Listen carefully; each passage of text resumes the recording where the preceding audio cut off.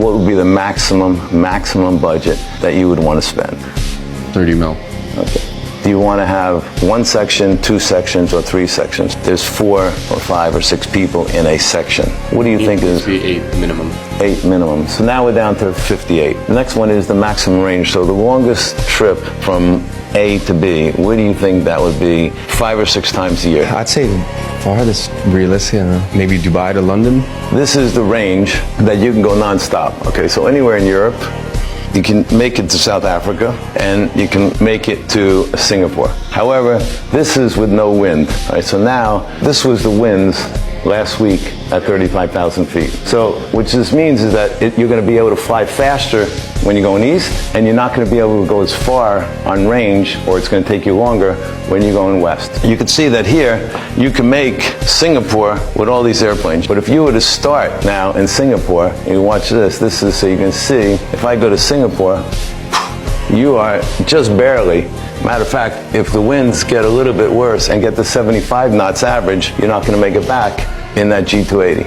One of the things people don't ever ask, which they absolutely should ask, is how much baggage can I put in my airplane? You can see that this number is the 6.4 cubic meters of luggage, and this is half. And I can tell you, this is a nightmare question. Every time somebody has an airplane, they never ask this question, and this is the most important thing of every flight. Yeah. So this is 100% scale, okay?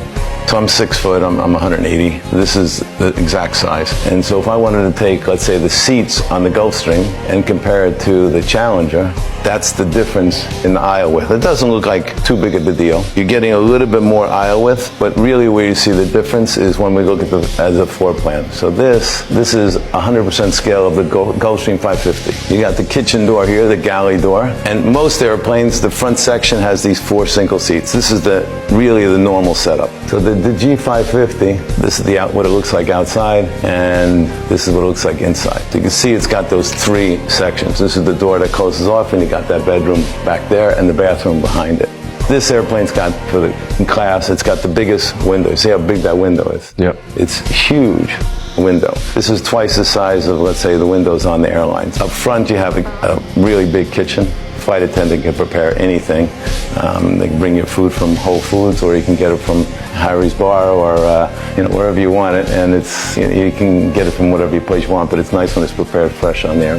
Let's say this airplane, you're going to fly it 350 hours a year, and you're going to pay $450 a gallon.